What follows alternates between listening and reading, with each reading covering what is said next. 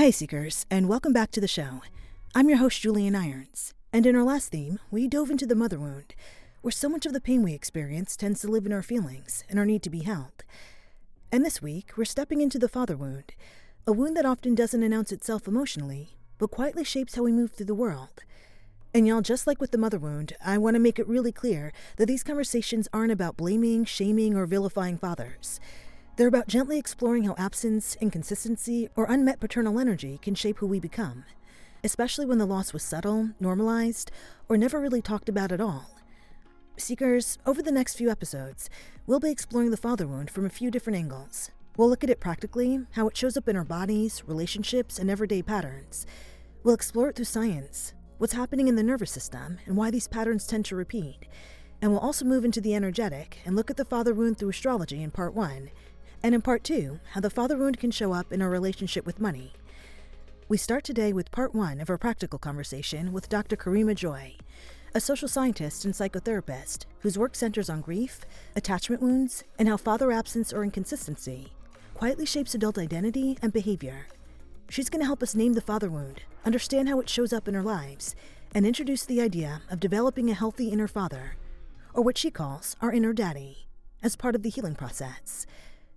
This is Perspective Shifts for Healing with the Hanged Woman, where perspective is power. Let's get into it.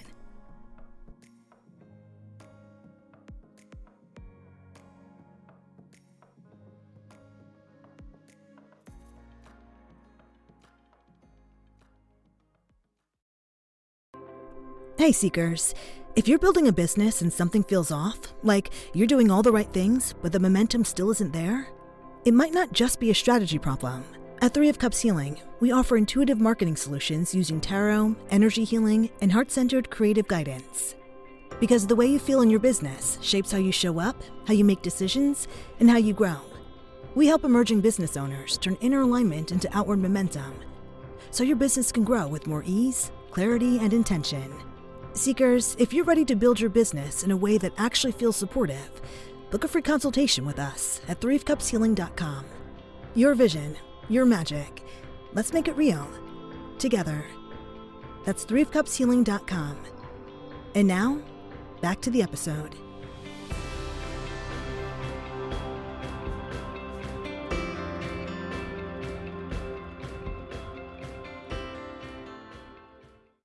Dr. Joy, welcome to the show.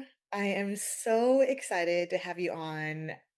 The past few weeks we've been exploring this conversation, and I was just so moved by your heart and your dedication and your care about having this conversation be authentic and real. And it just made me so excited to sit down and talk to you because I know that we're going to help a lot of people. And I so appreciate you. So thank you so much for being here.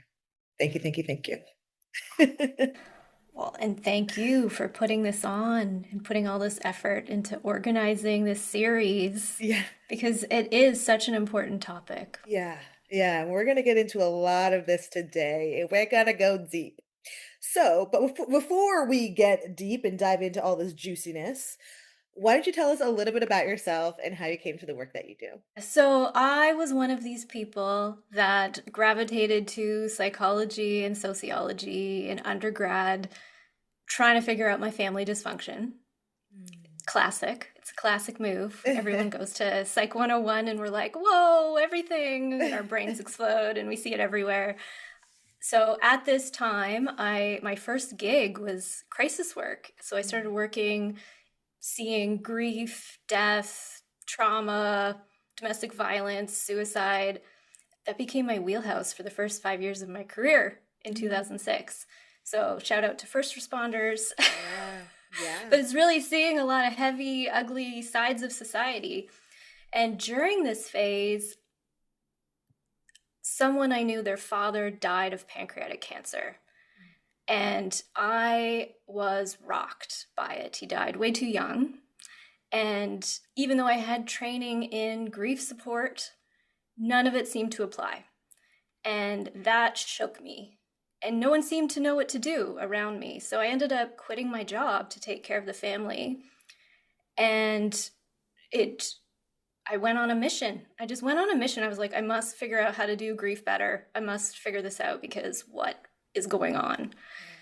And in this reckoning, so I started working at bereavement agencies, and that led me to do a master's in social work, and that led me to becoming a therapist. And then I still was seeing grief everywhere, which led me to a PhD in public health, where I focused on grief, trying to understand, like, big picture, what's going on? It's this universal experience. Why are we so bad at this? But during this, while I'm, being a powerhouse in my career, in the shadows, I was struggling with my own parent wounds. And I was being overwhelmed by dynamics that I didn't really know what was going on. Because, you sometimes, I don't know if you find, you like fluctuate from feeling really strong, being like, yeah, and then go into, there's like a whole other level going on, layer going on in the energies where you feel really vulnerable or you feel really confused, and you're like, is like things with authority and gatekeepers and relationship dynamics. And I kept being drawn to partners who were emotionally unavailable workaholics. At this time, like furiously journaling, trying to crack it, being like, what is going on? It was like red flag after red flag after red flag, and distrusting my own judgment. That was part of what was going on, is like I just couldn't figure it out. And then I started noticing my sister going through the same thing, dating the same types, and I was like, what is this? So most of my 20s and into my 30s, I was perplexed, and I became pregnant and really was like, I'm not passing this on to my daughter. Having a daughter, and this has to stop with me, whatever this is. And so I launched myself into getting help and going through therapy and coaching and researching and trying to unlock my mind and my body from these deeply inherited programs and scripts that were holding me back in love and work. And I started to really see from like a developmental and sociological perspective, like multiple layers and dimensions. Father wound grief is the water we swim in, and it impacts all genders in complex ways. And that there's this like deep yearning for a father archetype that we can see literally. Turn on the TV or TikTok or politics, relationship dynamics. Totally complicated topic. So it's something that I have a lot of humility in, because it's been a lot untangling this mess from the inside out. And I just want to say, like, I'm a parent. I'm not here to judge. It's not about blaming fathers. And I know that's what I loved about your approach, is you called this in because you liked that from the energy. And even though it's not about blaming fathers, there are some wounds here, and they are perpetually getting infected and wreaking havoc. And that needs to stop, because we all deserve it. Dr. Joy, when you use the term father wound, what do you actually mean by that? What is that actually pointing to? So I want to just give a little shout out to Mark Shelvach, who I wrote a father wound article with. And in it, we defined it as the emotional pain that is caused from absent, inconsistent, neglectful, or abusive father figures. And these fathers may have been present, but emotionally absent, or maybe they weren't there at all. It's both an individual and collective wound. So it's not just personal experience. It's happening on multiple levels. And it's not just about what happened, but what didn't happen. And that makes it extra tricky for feeling into and learning how to address, because it's more about a void and a gap. You talk about the father wound as a form of grief, right?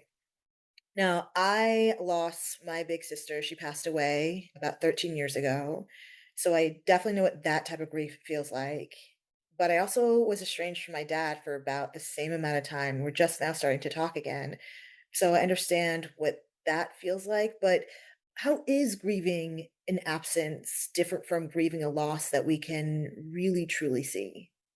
When we have a loss we can see, it's more concrete.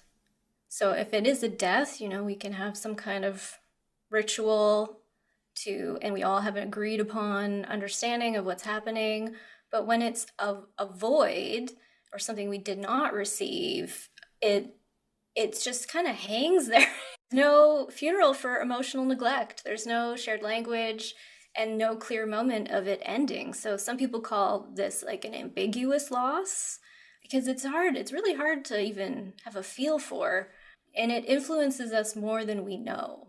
Yeah, yeah, I totally understand that. I think with my dad specifically, it's always left with the question of like, why? I understood with my sister, like, why she had a brain aneurysm and like that's why she died. With my dad, I was always left with this, like, well, I don't really understand why he's not talking to us. That's exactly what that void is. Mm-hmm. Now, for those of us who are listening who are like, look, nothing terrible happened with my dad, but something still feels like it's missing. What do you want us to know? Your feelings hold information. So even if you're feeling into like something's a little off, but I don't want to blame anyone, or I don't want to, like, because a lot of us are protective of our parents, and there's a lot of stigma there. Everyone's supposed to say they did the best they could. I don't know if you've heard that, but They did the best they could. I literally just said it oh my God, yesterday. it's actually a pet peeve for me. It's a pet peeve. Oh my God. I love this. This is such a great perspective shift because yeah, like all that's what we want to say. It's like, oh, they did the best they could. They did the best they could. But how do we see that differently? Well, there's something very unsatisfying about that. Like, so I first want to point out there's a bit of some kind of like moral righteous thing going on. Like there's something like I must be so graceful to be like they did the best they. Yes, yes. Oh my God, I got goosebumps. That's exactly it. That's how it feels. Yeah, like I have to be the bigger person and be like, oh, well, they did the best that they could. Yes, so I am so gracious and forgiving. But the issue here, again, it's not even about blame. It's about seeing what's really happening. And a lot of us will say that as this blanket performative gracious statement and be in so much pain, and the pain perpetuates. And I've seen the darkest sides of this where we're protecting, maybe an abuser, and everyone's like, they did the best they could, they did the best they could. Cool, but then the patterns are still being inherited and passed down. So it's still festering. The wound is still festering. It's almost like a Band-Aid. They did the best they could without any like treatment or ointment. I believe they were like at their limit of functioning often, given maybe the extreme amounts of shame they were feeling, paralyzed by shame to be able to actually turn the wheel here and steer things in a better way. Let's really reevaluate the best they could. Let's not shut down the conversations by they did the best they could, because that's what I find it does. It shuts it down. In that vein, so it's like, whatever you are feeling, let's honor the information there. So maybe it's, okay, I want to protect my parents. I see they were at their limit. And also, I have this longing or this yearning or this pain or this something just nagging at me in my vulnerable energies, or disturbing my inner world, and it deserves attention. It deserves to be explored with compassion. We are trying to repattern. We're actually all trying to repattern all the time, but it's doing it with awareness that makes the difference. So, Dr. Joy, you've spoken about father energy being unavailable, not because fathers didn't care, but because many never received that energy themselves. Can you explain what you mean by that? Many fathers were raised where they were also emotionally shut down. It could be shaped by war, trauma, oppression, poverty, patriarchy, survival. They often learn to provide materially, some of them, not all of them successfully, but that's what they zone into. They're like, okay, must make money. But emotionally, it's this giant void. So they passed on what they knew. So even if they could provide for their families, they're often, and I remember when I learned this term, it was a moment for me, but they were emotionally and spiritually bankrupt. Bankrupt. They have nothing to give emotionally or spiritually. So the way it gets internalized by a child, because that's the part also we're wanting to honor here. Kids take everything personally.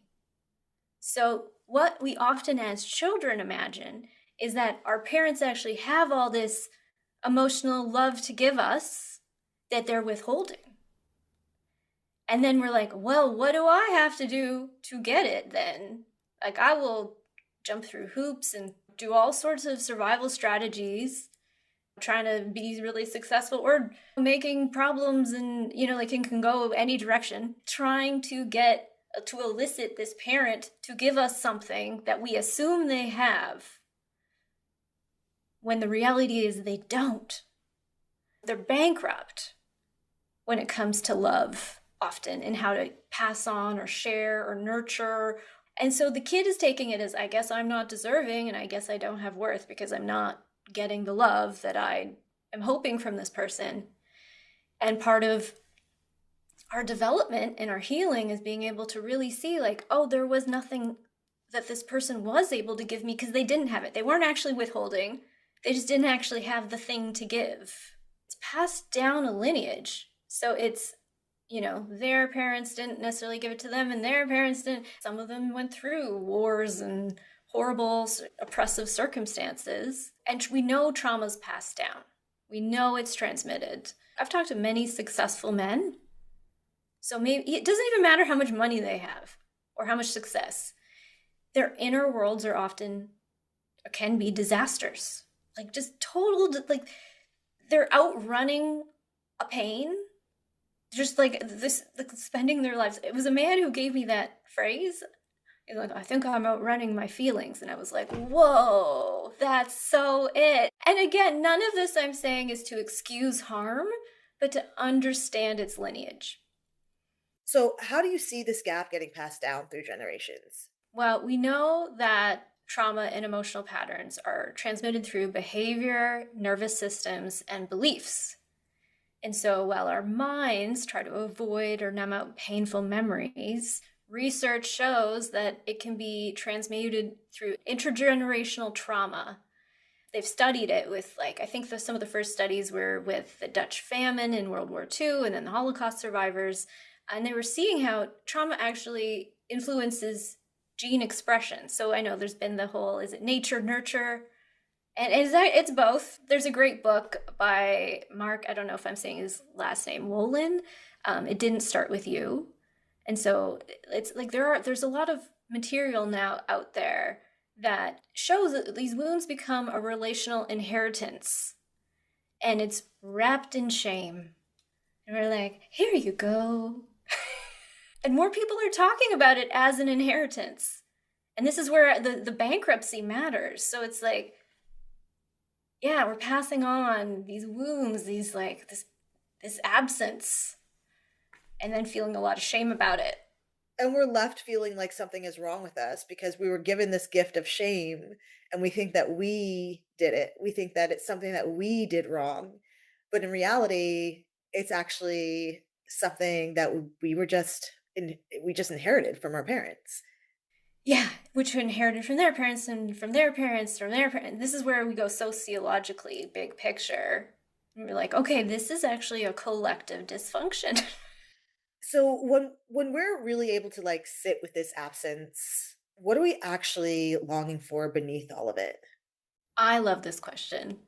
And when Mark and I were trying to write our article for Psychology Today, we had a bit of an experimental brainstorm on this one where we were like, what are we longing for? Like, how do we even feel into healthy father energy? Like, what examples do we have out there? And we were like, it's hard to think of them. Gandalf, Dumbledore, Aslan, like I don't know if you can think of any. Mufasa, like, who do we like a lot of it's Disney. Yeah. like it's really hard to think of who embodies this energy in a different way than, what is going on when it comes to dysfunctional power dynamics. But what we came to is, we're longing for an energy that embodies some kind of masculine energy that is confident, grounded, has a clear vision, and determination to pursue goals, someone who can nurture and delight in us, who celebrates us, and who offers us approval. This is a huge one. And protection and direction. We want to feel chosen, guided, and seen. And these desires, they're not flaws or weaknesses, but deep core human needs. So that's something I really want to emphasize, because a lot of us go into, these are flaws about me personally, and it's, if only I was more confident. And, that's it's like the superficial discourse here, where it's like just really honoring our core human needs here. Chosen, guided, seen. I love the concept of those being core needs for us. When I think about my own desire for more self-confidence or more self-worth, I never really thought about it in a way that's like, that's actually a core need for myself. And it's shaped by our childhood development. Like, now that I'm a parent, I got to watch it on the ground. Like, happen in real time. It was like, for me as a therapist, it's like a horror film. Oh, I can imagine. Like, any wrong move. She's just done Oh for. my gosh, I can't even tell you. Like, when my daughter was like 1 or 2 or 3, I don't even, like, I've said it repeatedly to her, but I'm like, I'm gonna mess up. I'm gonna hurt your feelings. It's never gonna be on purpose. I'll always want to talk about it. We have these needs when we're so vulnerable, before we're verbal. That's the thing. Like, it goes all the way back to when, before we're verbal, things shape us that are so outside of our awareness. Like, I'll often meet men who are like, yeah, I'm sad about my dad. And then that's the level of depth they go into, not realizing the father wound is actually shaping every facet of their life. So let's talk about that, right? So how does this unrecognized grief show up for us in adult behavior and relationships? Well, there's not just one specific pattern here. There's so many different ways it can show up depending on what happened. But some common patterns we're seeing: self-sabotaging and destructive behaviors for all genders. Like, this is not just, father-son, father-daughter, father, like, it could be anything. And some people have unchecked rage. So anger is a really common way to experience grief in a socially acceptable way. Though some people are completely cut off from their anger. That's a whole other ballgame. Some are so angry that they're in the burn it all down, just craving chaos.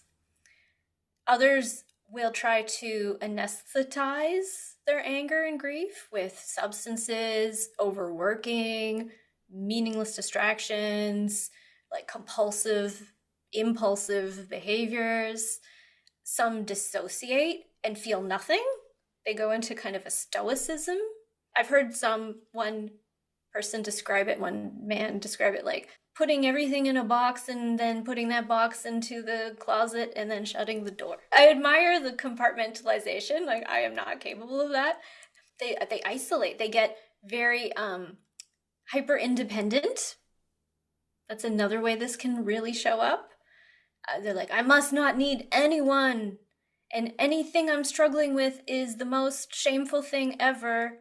So I will be incredibly private about any vulnerability, and I will block it outside my awareness, or I'll turn to addictions to numb myself out from it. Like, it can just go in so many directions here. Another thing is feeling off, but not knowing why. That can be a way of not being able to dip into the grief. And then a lot of confusion about direction and identity. Is there more that you can talk about how we unconsciously try to resolve or fill this gap? Some big ones, because there's a lot of ways this can play out.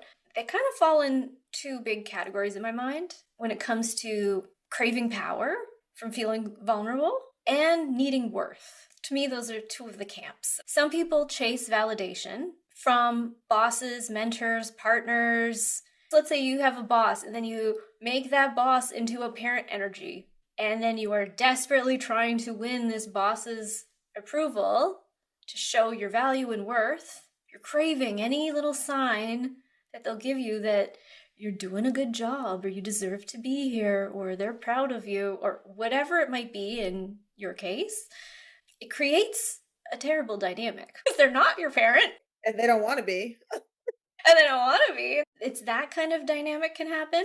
Or you're seeking it from an emotionally unavailable partner. So the classic is the anxious-avoidant dance. I don't know if you've heard these attachment dynamics. It's the dance of death. It goes nowhere good. It's like a key and lock trance, or one person's trying to come closer to feel safe and the other is needing distance to feel safe. And both are working out these energies from childhood development, but unconsciously, like I'm saying. So it's outside of awareness when we often slip into repatterning, attempts to repattern. Some people go into people pleasing or fawning. I don't know if you've heard of nice guy syndrome. That's like people pleasing, nice guy syndrome, or is that different? There's a book written about it, so it's got its own little twist on people pleasing. But what can happen is and this is the case it's written for men, they will go and put on a persona of being a nice guy and hide their true feelings because they feel like they must socially be this nice person to be valued. And it can create a pretty dark shadow side where they're actually not, their truth is not that nice. So they split off. This is one of the dangers with people pleasing, or is the suppression of emotional needs, right? And so again, that I often I love the metaphor of a kettle with a cork stuck in the spout and like the heat's coming on and it's gonna blow. The body remembers the body is our truth teller. So it's another way this can happen is there's somatic symptoms that will happen when these energies have put us in trances, when we're unconsciously trying to resolve childhood things. Does it show up differently for women? So one way is fawning. Sometimes a woman might feel unsafe with someone who has authority or power, and they become really, really kind or nice or pleasing to someone that they're actually quite scared of. So with the father wound and authority, it can go in two different directions. It can go into, I must submit and please and stay in the good graces for my own survival.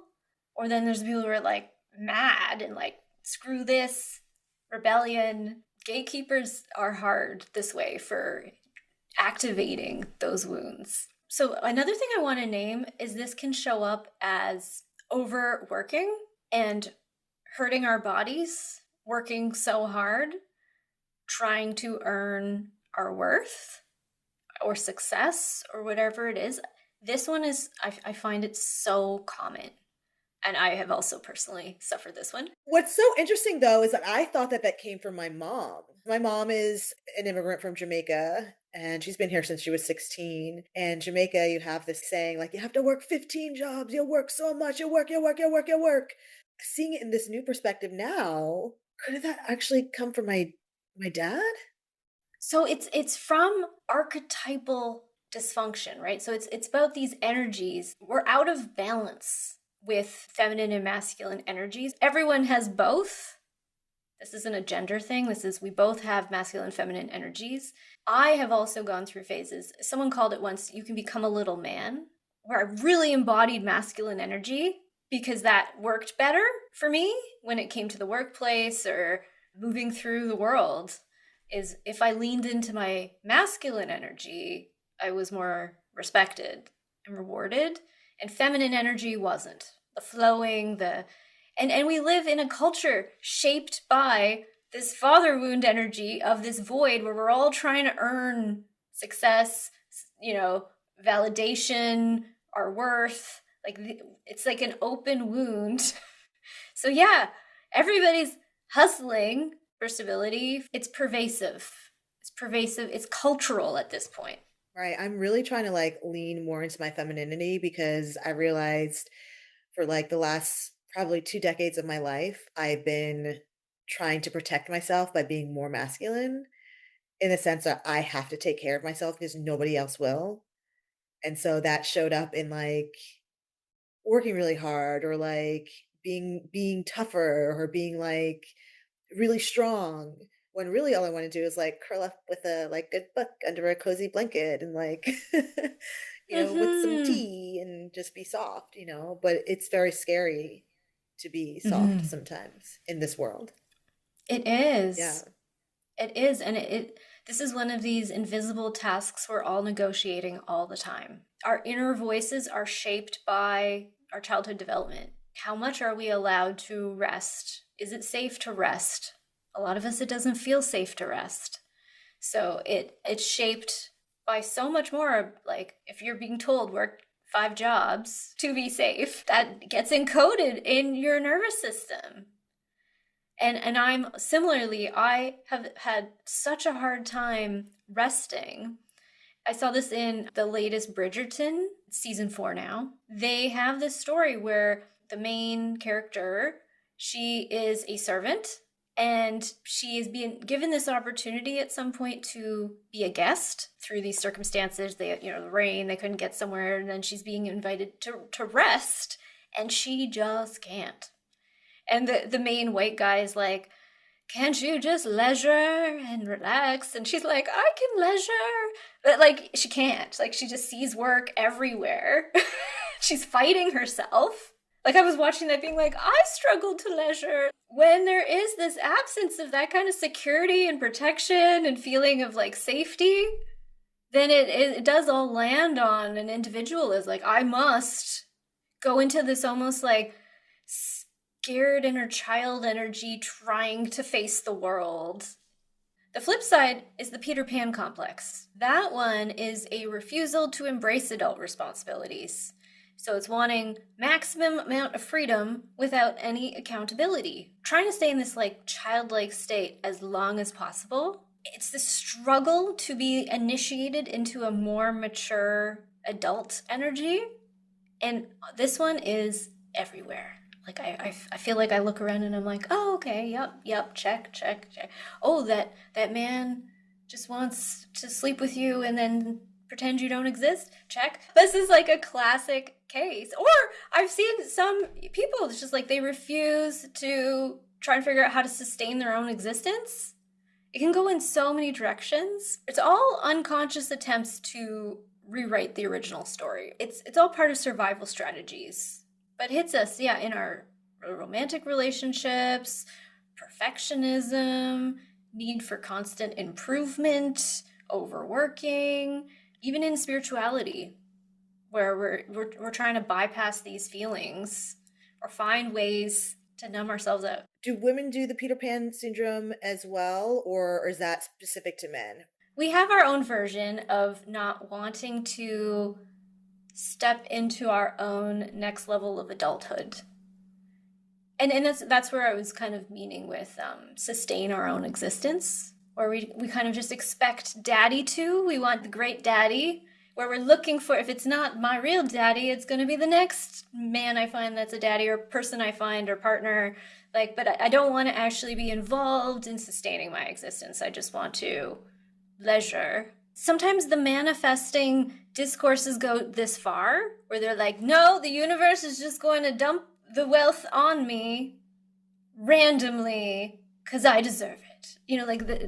You see that everywhere, and people are promising that too. They're like, yes, just manifest harder and daddy will. Daddy will reward you finally. He'll give you the thing you've been craving because now you are good. I got caught in that trap. We all do. So that's like maybe the more feminine version. We don't have a name for it. Yeah. Okay, Seekers, I think this is a really great place to take a break. We'll be right back with the episode. Here's a perspective shift. Your business doesn't need more pushing. It needs alignment. At 3 of Cups Healing, we offer intuitive marketing solutions using tarot, energy healing, and heart-centered creative guidance. We help emerging business owners turn clarity into momentum and vision into action.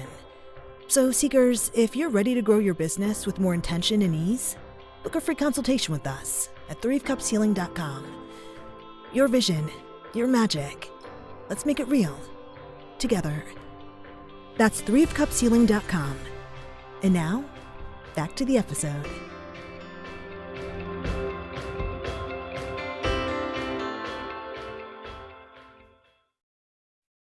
So for those of us who feel like we've spent our life searching for approval or direction outside of themselves, let me tell you something. This is me 100%. Like, that has been such a part of my life, always wanting approval or direction, because I never thought that I was smart enough to direct myself, and I needed approval and validation from other people. What might you reflect back to us about that? The longing makes sense. It is very understandable. If no one mirrored your worth early on, it's natural to search for it later. And it is possible to learn how to generate it within. So it's something that, again, with this void of this father archetype, and we're associating these qualities of like direction and giving you that final approval. Like when you just have this open wound looking for it, just know you're not alone. You're not alone. And again, it's not some personal failure, or it's not because you weren't worthy of your father's love. It's not about that. So we're just to integrate a little. It's like because we're not getting that inheritance because it wasn't there. There was bankruptcy instead of something to offer. Just to have self-compassion. Let's have a collective moment of self-compassion. Because this is such a complex issue. So many layers when we're like looking to fathers to complete a thing, and then there's this open wound. Meanwhile, they didn't get it, and then they like it's just so complicated to know how do we end the madness of this wound. And let's start with some self-compassion because it's hard. Oh my gosh. Like if we think about the collective life force energy being drained by this wound, it would be like the ocean. It does feel that vast, for sure. Yeah. I really wanted to talk about this. You said it during our preliminary call. You talked about discovering our inner zaddy. Yeah. Right. And I was like, I love that. And when I told my sister Jasmine about it, she was like, dang, we got to do something else. Like, she was like, we got to do another job. We got to, good Lord. And I was like, I gotta understand that. Like, I get it. Yes. So what does developing our inner daddy actually mean in like a grounded and practical sense? First, I want to say, this is the fun part. So to your sister, once you master, and I know you guys did a mother wound series, and I don't know if you had any kind of like reparenting or inner mothering component. You did, yeah. So this is an equivalent. And when you actually are able to get the mechanics in a digested, metabolized, embodied way, it starts self-feeding because you're no longer bleeding out energy. The energy leaks scab over and you become more energized. So just know there is a big reward. What's exhausting is the energy leak. That's part of what's exhausting is this like unending bleeding out from the wound.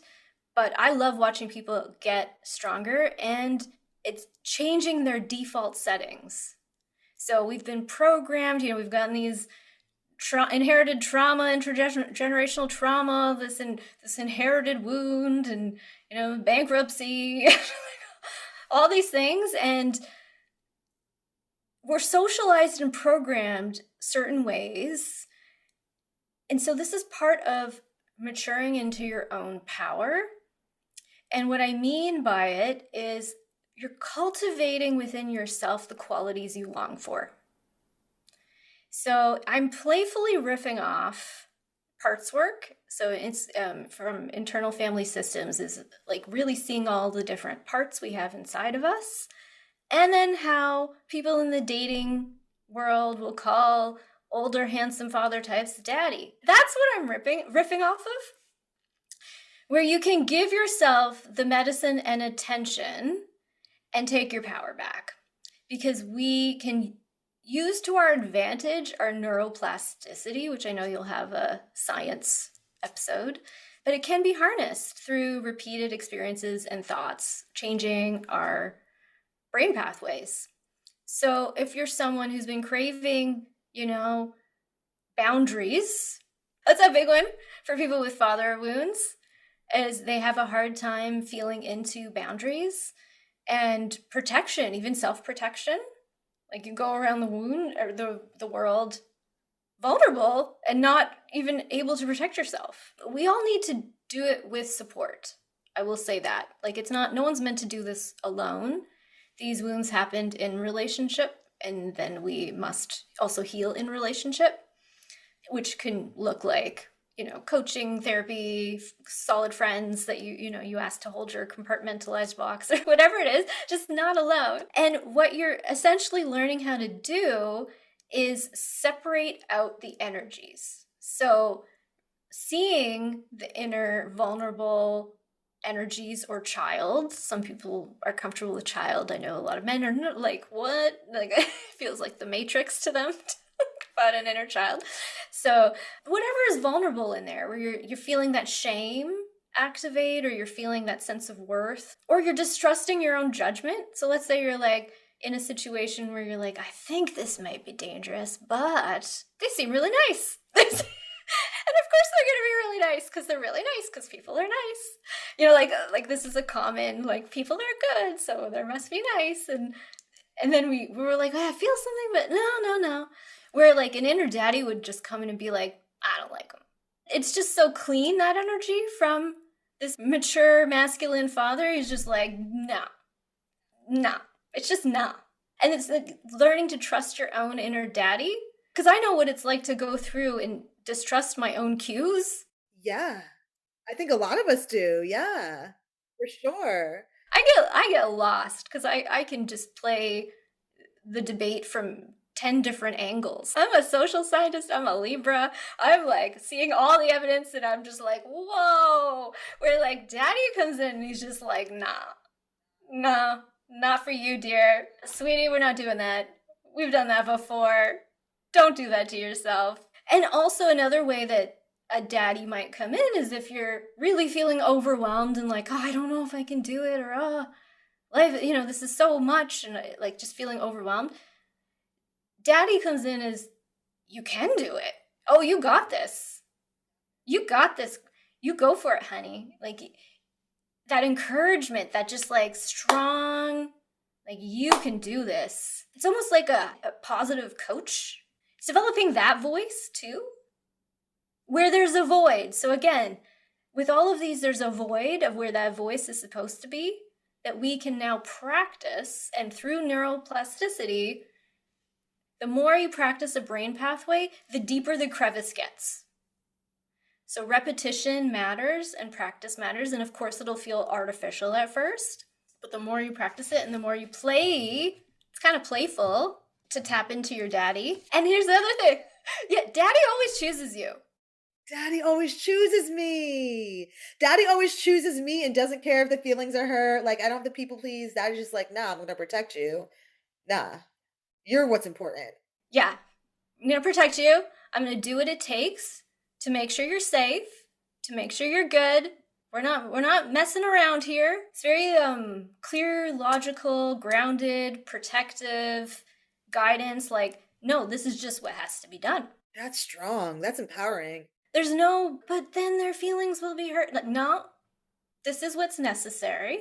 This is the counterbalance energy, right? This is for a lot of us who get lost in the people pleasing or lost in the, like, all the details. And the daddy comes in and just like cleans this all up.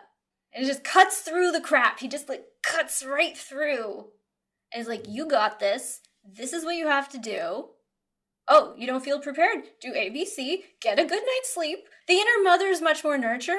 She's like, oh, sweetie, I love you. You're okay. Like that's mommy. Inner daddy is like, do it.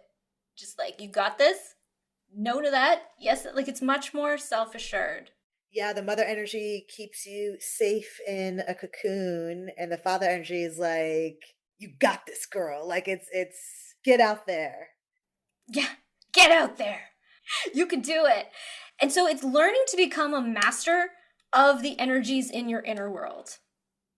And in this process, you are developing self-trust, confidence, and integrity. This is what this leads to, is the more you can like practice the discipline of it, because that's another more masculine quality, you are building self-trust as you move through it, as you like, okay, I'm just going to say the thing. I'm going to do it. Daddy said so. Daddy said so. Daddy said we just got to do it. And it helps the inner child relax because they're no longer on the front lines. And they're no longer the ones that have to make the decision. No, it's like, you go rest, child. Go play, baby. Go play. Yeah, you go play. I got this. Daddy's got this. Daddy's got this. And that's when you get to show up in your fullest energy, the highest, fullest, most powerful version of yourself. Yeah. Balanced with the feminine, right? It's always got to be in balance. Right, yeah. You know, so it's like, go rest too, and go be soft, but then also get back out there. There's work to be done, or take care of yourself, or all the things, you know. We got to deal with the practical things too. That's the stuff that's like counter to the Peter Pan, counter to that version of the feminine that, wants to leisure 24/7 forever, like a cat. The thing with that one that's so dangerous is when I've encountered people who really embody that, like beneath the surface, it's like they are drowning in debt. They need to go deal with so many practical things. It's actually like there's like a closet's on fire. So in any direction, these can go so awry. We need to counterbalance. How is developing an inner daddy different from bypassing our grief or just pretending that the wound doesn't exist? And I love this question because I am a grief person. So for me, there is no world where you bypass grief. That is something that my brain can't even compute. Bypassing presses on without integrity. That's the big issue with bypassing, right? There's no integrity in the system. It's the toxic positivity or the like hyper confident, but inside is like shame based. We break off into these extremes where I'm someone where we want to abide with grief whenever it shows up. So grief for me is a mechanism for this process. For me, grief holds so much important information. It's like gems from the soul. Like it's got such important information for us for learning the exact buttons we need to correct. Because it's always telling us what's important to us based on what happened. And so anytime grief shows up, you might be like, no, not again. But if we can learn to actually just let it find space to have it wash over us, ripple through our whole system, and metabolize it, we get to keep the gems from it of like, you know what? I learned I really want intimacy in my life, or I really want connection, or, like life is short, or, I don't want to spend the rest of my days without ABC, or maybe this compartmentalizing isn't working for me. Like it will take you into our deepest suffering and what's important. It like burns away everything that doesn't matter when we really face it. One of the metaphors I love that I've used with a lot of my clients is, if we're gonna do an inner renovation, I want down to the studs. I'm not that kind of person that can do a floor over the floor. I can't just like paint the walls and be like, we're good. Like I'm someone where it's like, let's figure out what's here and then build stronger. Let's really see what's in the walls, what's under the floors. Is it good wiring? Is it not? Or do we need to fix or update the wires and the electricity? So we're not just going around putting up neon daddy posters. It's very meta what I'm talking about, where we're able to witness all the energies within us and care for them, cultivate them, harness them. And it takes radical courage to be able to even own the shame-based wounds. To be able to not only own it, but love it, and then figure out how to offer it the medicine. Because the thing is, like we've been saying, is there is no great daddy who's coming to save us in that childhood version of reality where we're hoping the daddy will finally give us the approval and love like the seeing us, the celebrating us, like, we're just waiting. We're in waiting position.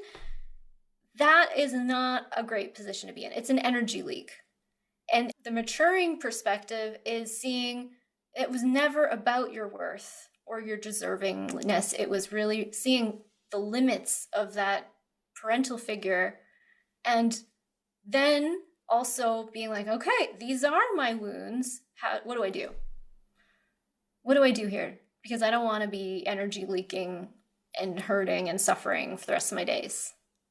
But I stop expecting it from the parental figure. So, what qualities define healthy inner father energy? What should we be looking for?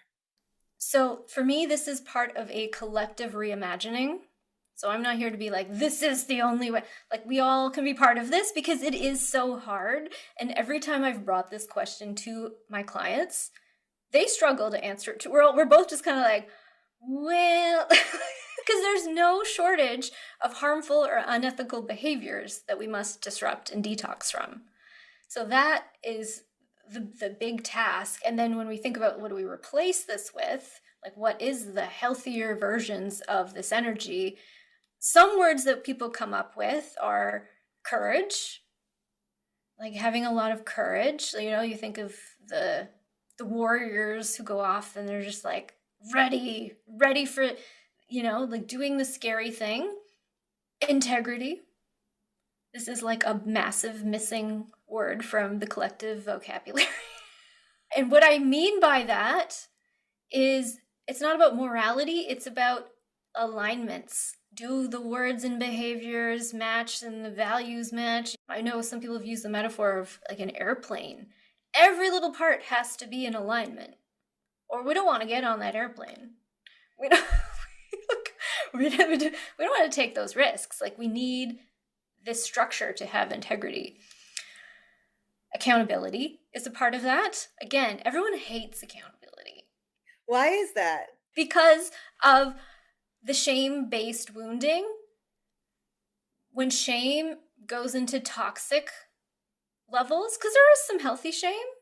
Healthy shame is like, I don't think I could jump off that building and survive. Like when we're doing a good sense of our own abilities and skills, or maybe we're feeling a little shy or like that can be like healthier versions. But often shame goes into these darker places where we just hide it and it becomes festering. For some people, it's so overwhelming, the shame that they live in, that the thought of any blame feels like death.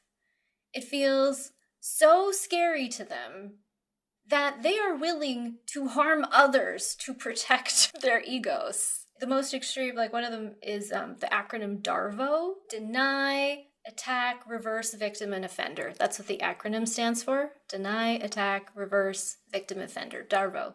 So it's like someone who's so not wanting to be accountable, they deny, they will attack you, and then they will make themselves the victim. Reverse, victim, offender. So that's the most extreme. Like when people can't even own like little things. I've had this happen to me, like even good friends, like when you're like, whoa, what? Like it just got so intense all of a sudden, and then they just went into like, such extreme defenses that they're like, I never did any, and you're like, whoa. And then you're the bad person for even bringing it up, So again, opposite of accountability. Like for someone in a mature energy, they can handle accountability in their nervous system. It's not actually that big of a deal. Like just being able to own stuff, it's okay. It's okay. Like it's actually a sign of confidence. I admire a masculine or anyone who can like step into owning their part in something. It feels like people are allergic to it, for real. Like they're like, no, I did nothing. I did absolutely nothing. And it's fascinating. And so the other thing that I think is part of healthy inner daddy, inner father energy is the rising to take responsibility, which it can be out of balance too. Like I'm someone who overly takes responsibility. I've had to learn how to take less. Because what can happen is when people lean into not taking responsibility, some of us then come and fill the gap. And that's a wound too. Again, we're still in these wounds we're working through. But for many, it is learning that they can rise, take responsibility. I think it's hot. Let's change the discourse. It's hot. It's just hot. Yeah, it's hot. Take responsibility. Also, it's that discerning, like we're saying, the discerning, consistent, grounded, supportive, protective energies. That's what I would kind of put in this box of healthy inner father energy. And when you learn how to foster these things, you are building confidence, brick by brick, and dignity, because you become someone trustworthy from the inside out. And like, I've had people come to me, they're like, how are you so confident? And I'm like, brick by brick, I built this. We also don't see the work that people put into building brick by brick. We just see like they were one way and then now all of a sudden we see them again and they're another way and we think that it's happened overnight, but no, like that person did the work. Somehow we've been fed that illusion though. We're like, just turn on the light switch and be confident all of a sudden, brick by brick, and until you build something solid. And so you're not actually feeling confidence all the time. It's one of those words that means almost nothing. What is it? Like, are we talking people who are just an ego? Or are we talking about people who are solid? That's the brick by brick. You actually feel more solid because you're like, yeah, I kept my self-trust. I did the thing I needed to do that I didn't want to do. And I took responsibility for A, B, C, D. And then I can be proud of that. Yeah. So why is awareness such a critical first step with the father wound? Well, you can't heal what you can't name. Ooh, true. Snaps. Yep. Awareness transforms from vague suffering into something we can work with. And so we're moving the wound out of the shadows where it's been festering in shame into something that's like, okay, what's here? Let's see what's even here. Let's honor that it exists, become something we can do something about. Dr. Joy, what tends to happen when we rush to heal or fix the father wound too quickly? I honestly think that's the dominant mode right now. Because of social media, we're learning so much, but we haven't digested it. We can name things, we can name the grief, we can name, that's wonderful. But then the next phase is metabolizing. To be able to metabolize the knowledge is the only way to build that renovation in a solid way. So we're not putting the floor on top of the floor. We're not just like laying new layers. The other big one is forgiving prematurely. What we were saying earlier, they did the best they could, but you can't force it.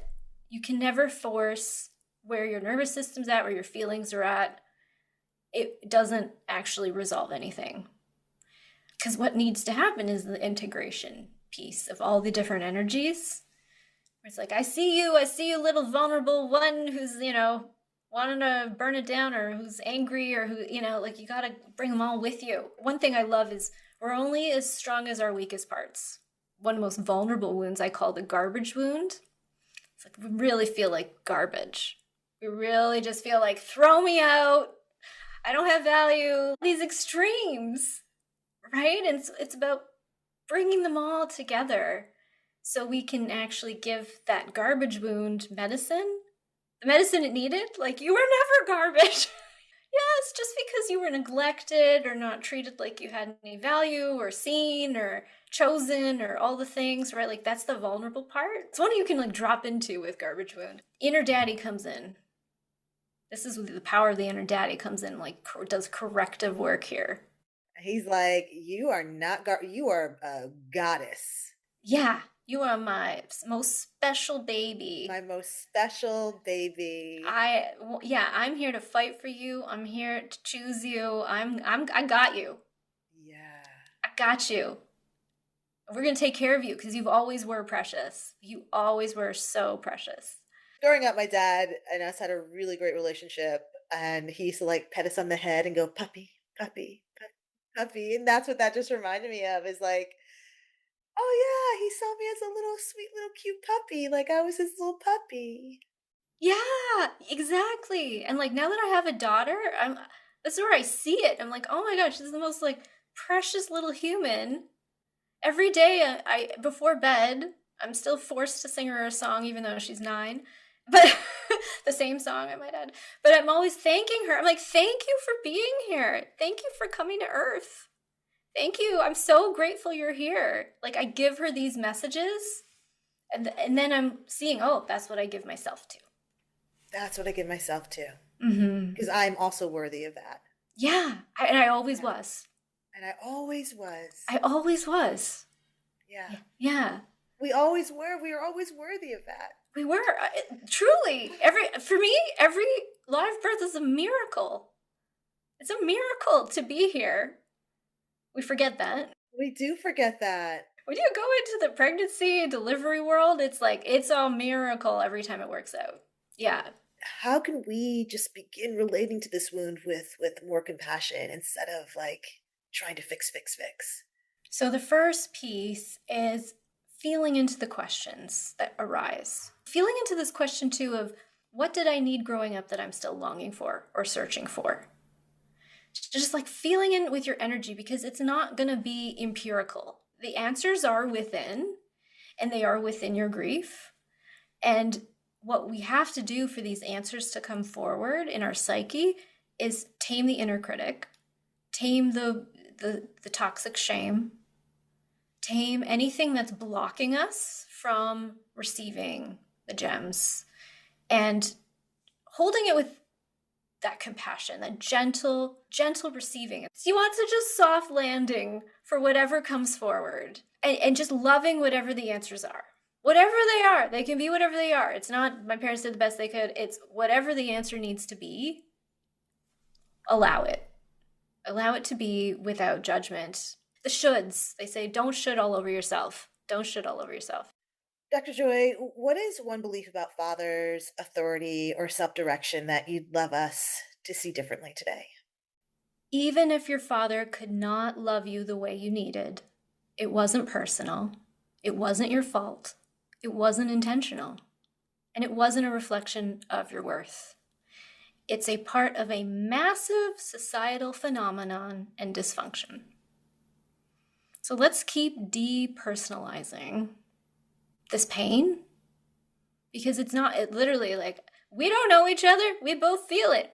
Exactly. Yeah. You're in Canada. I'm in America, and we both have this same wound. And it's so fascinating to me.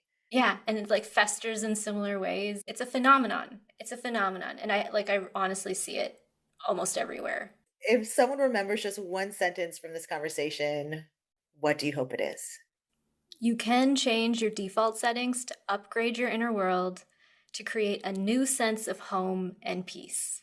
Dr. Joy, this has been such an expansive and perspective shifting conversation. You changed the way I look at things in so many ways. I so appreciate you being here and your wisdom and your inner beauty, and you're just a light. So thank you for the work that you do. Thank you for having this conversation with me. And thank you for being a part of healing the collective from this father wound.